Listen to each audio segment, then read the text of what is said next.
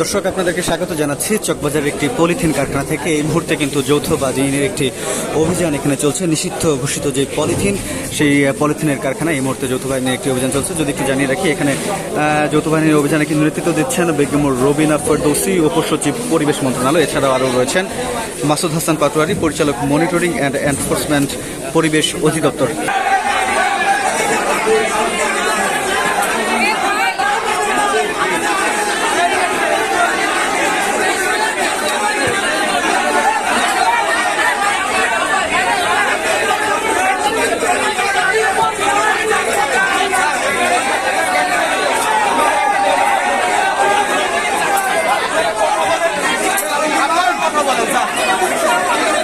সব পাশে না চাকরি দিতে না টাকা দিব না, কিছু দিব না।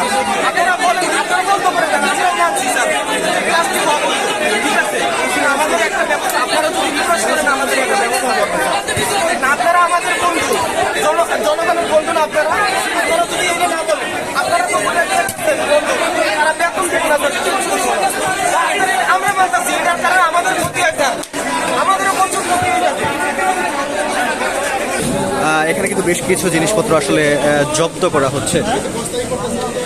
এই নিষিদ্ধ ঘোষিত যে পলিথিন, পরিবেশের জন্য অত্যন্ত ক্ষতিকর এই পলিথিনের কারখানায় বর্তমানে অভিযানটি চলছে।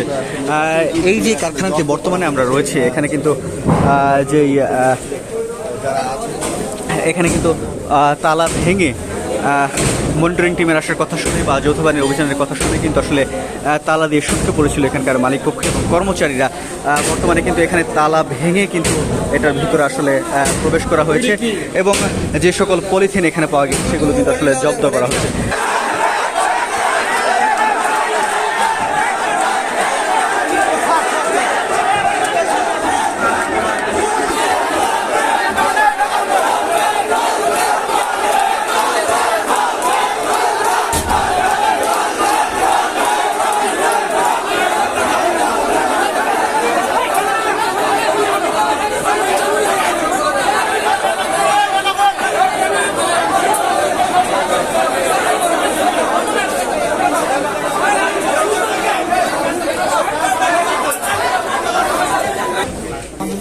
এখানে দেখতে পাচ্ছেন কিন্তু পলিথিন তৈরির একটি পলিথিন তৈরির কাঁচামাল। এখানে এই বস্তাগুলো রয়েছে, সেই যে বস্তা, এগুলো পলিথিন তৈরির কাঁচামাল। এগুলো আসলে আপনারা দেখতে পাচ্ছেন এগুলো দিয়ে মূলত পলিথিন তৈরি হয়।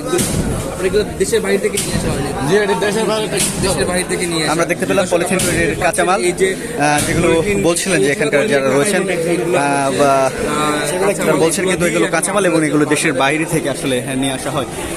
বর্তমান যে বড় গেটটি রয়েছে, এগুলো মালামাল জব্দ করার জন্য সেই বড় গেটটি ভাঙা হচ্ছে।